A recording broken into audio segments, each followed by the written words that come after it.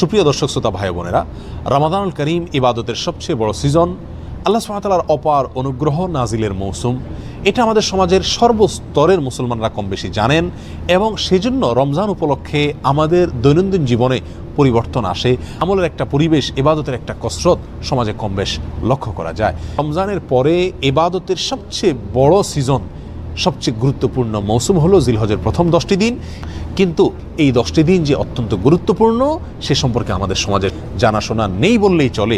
এই জন্য জিলহজের প্রথম 10টি দিন আর অন্য সাধারণ যে কোনো দিনের মধ্যে তেমন কোনো পরিবর্তন আমাদের মুসলমানদের জীবনে লক্ষ্য করা যায় না। আমাদের দৈনন্দিন জীবনে কোনো পরিবর্তন দেখা যায় না। আমল এবং ইবাদতের কোনো পরিবেশ, কোনো কসরত সমাজে পরিলক্ষিত হয় না। প্রিয় বন্ধুগণ, কোরআনে কারিমে 30 নম্বর পারা সূরাতুল ফজরের শুরুর দিকে আল্লাহ সুবহানাহু ওয়া তাআলা এই 10 দিনের শপথ করেছেন।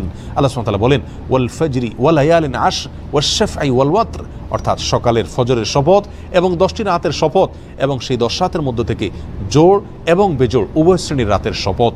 এই আয়াতগুলোর তাফসীর প্রসঙ্গে মুফাসসিরিন ইকরাম লেখেন যে এখানে যে 10টি রাতের শপথ আল্লাহ সুবহানাহু ওয়া তাআলা করেছেন, জোড় বেজোড় রাতগুলোর শপথ আল্লাহ সুবহানাহু ওয়া তাআলা করেছেন, সেই রাতগুলো হলো জিলহজের প্রথম 10টি রাত। প্রিয় বন্ধুগণ, এই আয়াতগুলোতে আল্লাহ সুবহানাহু ওয়া তাআলা জিলহজের প্রথম 10 রাতের শপথ করাটা প্রমাণ করে যে জিলহজের প্রথম 10টি রাত আল্লাহ সুবহানাহু ওয়া তাআলার কাছে অত্যন্ত গুরুত্বপূর্ণ, তাৎপর্যপূর্ণ, অত্যন্ত ফজিলতপূর্ণ। সহিহ বুখারীর এক হাদিসে নবী সাল্লাল্লাহু আলাইহি ওয়াসাল্লাম ইরশাদ করেছেন, মা মিন আইয়ামিন আল আমালুস সালিহু ফিহিন্না আহাব ইলাল্লাহ মিন হাযিহিল আইয়াম। জিলহজের প্রথম 10 দিন নেকামল করলে, ইবাদতবন্দি করলে আল্লাহ সুবহানাহু ওয়া তাআলা যত বেশি খুশি হন, বছরের অন্য কোনো দিন সমূহে ইবাদতবন্দি করলে আল্লাহ সুবহানাহু ওয়া তাআলা এত বেশি খুশি হন না।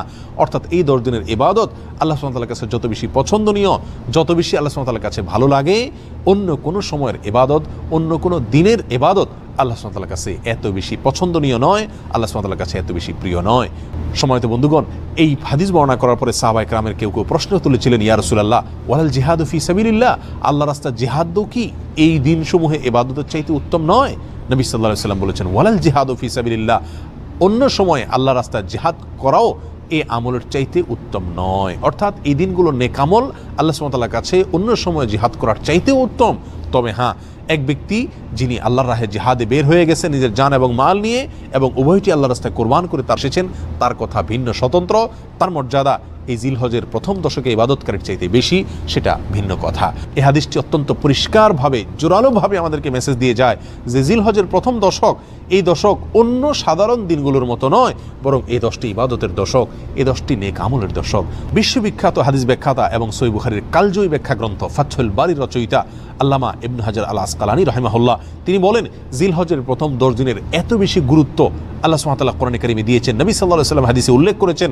তার একটি কারণ হলো এই দশকে ইসলামের যত মৌলিক ইবাদত আছে সমস্ত মৌলিক ইবাদতের সমাহার পাওয়া যায়, সমস্ত মৌলিক ইবাদতের সমাবেশ ঘটে থাকে এই দশকে।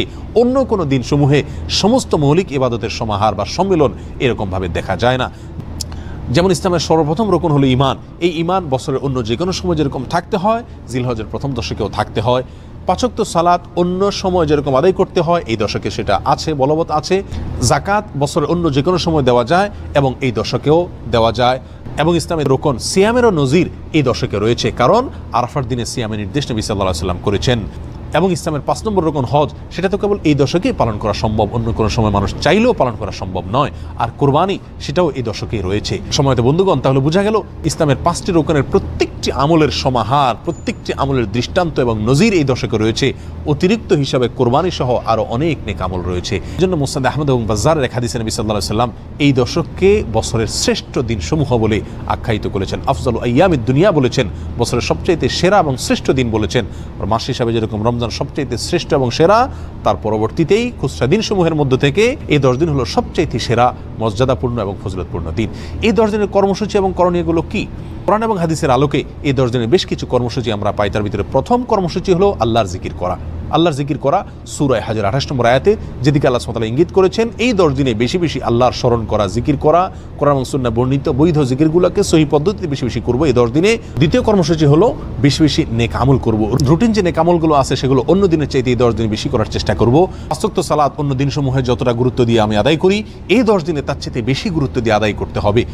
এবং এভাবে যত নেকামল আছে, কোরআন তেলাওয়াত বলেন, দ্বীনি ইলম শিক্ষা করা বলেন, সমস্ত নেকামলগুলো অন্য দিনসমূহের চাইতে এই দিনে বেশি গুরুত্বের সাথে আদায় করার চেষ্টা করতে হবে। কারণ সহিহ বুখারী যে হাদিস আমরা পেশ করেছি, সেই হাদিসে নবী সাল্লাল্লাহু আলাইহি ওয়াসাল্লাম সুস্পষ্টভাবে জানিয়ে দিয়েছেন এই 10 দিনে নেক আমল আল্লাহ সুবহানাহু ওয়া তাআলার কাছে অত্যন্ত প্রিয়, সবচাইতে প্রিয়। বিধায় কোরআন সুন্নাহ বর্ণিত সাধারণ নেক আমলগুলো এই 10 দিনে বেশি বেশি করার চেষ্টা চালিয়ে যেতে হবে। 3 নম্বর কর্মসূচি হলো এই 10 দিনে গুনাহসমূহ থেকে বেঁচে থাকার আপ্রাণ চেষ্টা করতে হবে। অন্য দিনসমূহে আপনি যে সমস্ত গুনাহে লিপ্ত থাকেন, এই 10 দিনে চেষ্টা করতে হবে সেগুলো থেকে বিরত থাকার জন্য। অন্য সময় গুনাহ থেকে বেঁচে থাকার জন্য যে পরিমাণ সাধনার চেষ্টা আপনি করেন, এই 10 দিনে আরও বেশি চেষ্টা আপনাকে চালাতে হবে। কারণ এই 10 দিনে নেক আমল করা আল্লাহ সুবহানাহু ওয়া তাআলার কাছে পছন্দনীয়, বিধায় বদ আমল থেকে বাঁচার গুরুত্ব অত্যন্ত স্পষ্ট। 4 নম্বর করণীয় হলো যাদেরকে আল্লাহ সুবহানাহু ওয়া তাআলা সামর্থ্য দিয়েছেন তারা হজ করবেন। হজ হলো এই দশকের সবচাইতে গুরুত্বপূর্ণ এবং প্রধান আমল বলা যেতে পারে। 5 নম্বর আমল হলো কোরবানি করা। যাদেরকে আল্লাহ সুবহানাহু ওয়া তাআলা সামর্থ্য দিয়েছেন তারা কোরবানি করবেন এই দশকে। 6 নম্বর আমল হলো যারা কোরবানি করার প্রতিজ্ঞা করেছেন, কোরবানি করার ইচ্ছা পোষণ করেছেন, তারা এই দশক উপলক্ষে মাথার চুল, হাত এবং পায়ের নখ এবং অন্যান্য পশম ইত্যাদি এগুলো কাটবেন না, ছিঁড়বেন না। জিলহজের চাঁদ ওঠা থেকে নিয়ে কোরবানি পর্যন্ত তারা এই চুল, নখ ইত্যাদি কাটা থেকে বিরত থাকবেন। এ বিষয়ে সহিহ মুসলিম হাদিসে নবী সাল্লাল্লাহু আলাইহি ওয়াসাল্লাম আমাদেরকে নির্দেশ করেছেন। 7 নম্বর আমল হলো বেশি বেশি তাকবীর, তাহমিদ এবং তাহলিল পাঠ করা। নবী সাল্লাল্লাহু আলাইহি ওয়াসাল্লাম বলেছেন, ফাকসিরু ফিহিন্না মিনাত তাকবীরি ওয়াত তাহলিলি ওয়াত তাহমিদি। প্রথম দশকে তোমরা বেশি বেশি আল্লাহ সুবহানাহু ওয়া তাআলার বড়ত্ব বর্ণনা করো, আল্লাহর একত্ববাদে বর্ণনা করো এবং আল্লাহ সুবহানাহু ওয়া তাআলার প্রশংসা করো। একত্রে পাঠ করার জন্য বেশ কয়েকটি ফরম্যাট বর্ণিত হয়েছে হাদিসে। তোর মধ্যে থেকে একটি হলো আল্লাহু আকবার, আল্লাহু আকবার, লা ইলাহা ইল্লাল্লাহু, আল্লাহু আকবার, আল্লাহু আকবার, লিল্লাহিল হামদ। আমাদের সমাজে জিলহজের প্রথম দশক উপলক্ষে কিছু মানুষকে হজ করতে দেখা যায়, আর সমাজের বেশিরভাগ মানুষকে কোরবানির প্রস্তুতি নিতে দেখা যায়, কোরবানির মহড়া পরিলক্ষিত হয়। কিন্তু এই দশকের এই যে আমলটি, তাকবীর, তাহমিদ, তাহলিলের আমলটি আমাদের সমাজে খুব একটা দেখা যায় না, অথচ এটি এই দশকের তৃতীয় গুরুত্বপূর্ণ আমল বলা যেতে পারে। এই দশকের সবচেয়ে গুরুত্বপূর্ণ আমল যদি হজ হয়ে থাকে, কোরবানি যদি দ্বিতীয় হয়ে থাকে, 3 নম্বর সবচাইতে গুরুত্বপূর্ণ আমল হলো এই দশকে বেশি বেশি তাকবীর, তাহমিদ এবং তাহলিল পাঠ করা। সাহাবী আবু হুরায়রা এবং আব্দুল্লাহ ইবনে ওমর রাদিয়াল্লাহু তাআলা আনহুমা তারা এই দশকে বেশি বেশি তাকবীর, তাহমিদ এবং তাহলিল পাঠ করার জন্য বাজারে চলে যেতেন এবং বাজারে গিয়ে তারা উচ্চ স্বরে এই তাকবীর, তাহমিদ এবং তাহলিল পাঠ করতেন, উদ্দেশ্য যাতে করে শুনে অন্যরাও পাঠ করতে পারে। আমাদের মধ্যে কয়জন মুমিন আছি যারা এই সৎসাহস রাখি যে আমি বাজারে গিয়ে, দোকানে গিয়ে, মার্কেটে গিয়ে উচ্চ স্বরে তাকবীর, তাহমিদ এবং তাহলিল পাঠ করবো, এই আশায় যেন আমার তাকবীর, তাহমিদ, তাহলিল শুনে অন্যদেরও স্মরণে আসে, তারাও পাঠ করে। প্রিয় বন্ধুগণ, এই আমলটিকে সমাজে পুনর্জীবন দেওয়া অত্যন্ত গুরুত্বপূর্ণ। চেষ্টা করি জিলহজের প্রথম দশক উপলক্ষে দিনে রাতে চলতে ফিরতে, উঠতে বসতে, কর্মস্থলে, নিজের বাসস্থানে, সর্ব জায়গায় তাকবীর, তাহমিদ এবং তাহলিলের রব উঠাই দিই এবং পড়তে থাকি, অন্যকে শুনে শুনে পড়তে থাকি, উচ্চ স্বরে পড়তে থাকি। আল্লাহু আকবার, আল্লাহু আকবার, লা ইলাহা ইল্লাল্লাহু, আল্লাহু আকবার, আল্লাহু আকবার, ওয়ালিল্লাহিল হামদ। 8 নম্বর আমল হলো এই একই দোয়া আইয়ামে তাশরিকে প্রত্যেক সালাতের পরে নারী পুরুষ সকলে একবার করে পাঠ করা। অর্থাৎ ঈদের দিন এবং ঈদের পরে আরও 2 দিন, এই 3 দিন ফজর থেকে এশা পর্যন্ত প্রতিটি সালাতের পরে কমপক্ষে একবার করে আল্লাহু আকবার, আল্লাহু আকবার, লা ইলাহা ইল্লাল্লাহু, আল্লাহু আকবার, আল্লাহু আকবার, লিল্লাহিল হামদ, এটা বা অন্য যে কোনো ফরম্যাট হাদিসে বর্ণিত হয়েছে, এইসব ফরম্যাটে তাকবীর, তাহমিদ এবং তাহলিল পাঠ করা, এটি হলো 8 নম্বরের আমল। 9 নম্বরের আমল হলো আরাফার দিনে নফল সিয়াম রাখা। নবী সাল্লাল্লাহু আলাইহি ওয়াসাল্লাম বলেছেন, সিয়ামু ইয়াউমি আরাফাতা আহতাসিবু আলাল্লাহি আন ইউকাফিরা আস-সানা আল্লাতী ক্বাবলাহা ওয়াল্লাতী বা'দাহা আও কামা ক্বাল। অর্থাৎ আরাফার দিনের সিয়াম কেউ যদি রাখেন তো আল্লাহর প্রতি আমার ধারণা হলো যে তার পূর্বের, পেছনের 1 বছরের গুনাহ আল্লাহ সুবহানাহু ওয়া তাআলা মাফ করে দিবেন এবং সামনের অগ্রিম 1 বছরের গুনাহ আল্লাহ সুবহানাহু ওয়া তাআলা মাফ করে দিবেন। যদি সামনের 1 বছর কারোর বাঁচার তৌফিক না হয় তো আল্লাহ সুবহানাহু ওয়া তাআলা তাকে হয়তো 1 বছরের নেক আমল তার আমলনামায় দিয়ে দিবেন। অনেকেই বলেছেন জিলহজের 1 থেকে 9 তারিখ পর্যন্ত প্রত্যেকটা দিনই নফল সিয়াম রাখার গুরুত্ব রয়েছে। যাদের সামর্থ্য আছে প্রত্যেকটা দিন রাখি, আর যদি সামর্থ্য না থাকে কমপক্ষে আরাফার দিনে, যেদিন হাজী সাহেবরা আরাফাতের ময়দানে অবস্থান করেন সেই দিনে আমরা এই চেষ্টা করি। আল্লাহ সুবহানাহু ওয়া তাআলা সকলকে তৌফিক দান করেন। 10 নম্বর আমল হলো ঈদুল আজহার সালাত আদায় করা এবং ঈদ উপরান্ত সমস্ত সুন্নাহগুলো পালন করা।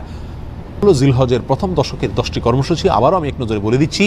প্রথম কাজটি হলো বেশি বেশি আল্লাহর জিকির করা, দ্বিতীয়ত হলো বেশি বেশি নেক আমল করা, 3 নম্বর হলো গুনাহ থেকে বেঁচে থাকার জন্য বেশি বেশি চেষ্টা করা, 4 নম্বর হলো যাদের হজ ফরজ হয়েছে এবং হজ করার সামর্থ্য আছে তারা হজ করা, 5 নম্বর হলো যাদের কোরবানি করার সামর্থ্য আছে তারা কোরবানি করা, 6 নম্বর হলো যারা কোরবানি করার প্রতিজ্ঞা করেছেন, নিয়ত করেছেন, তারা হাতের নখ, পায়ের নখ, মাথার চুল এবং অন্যান্য পশম ইত্যাদি জিলহজের প্রথম দশকে না কাটা। নম্বর হলো এই দশকে উঠতে বসতে, চলতে ফিরতে, বাজারে ঘাটে সব জায়গায় নারী পুরুষ সকলে তাকবীর, তাহমিদ, তাহলিল বেশি বেশি পাঠ করা। পুরুষরা জোরে জোরে পড়বেন, নারীরা আস্তে আস্তে পড়বেন।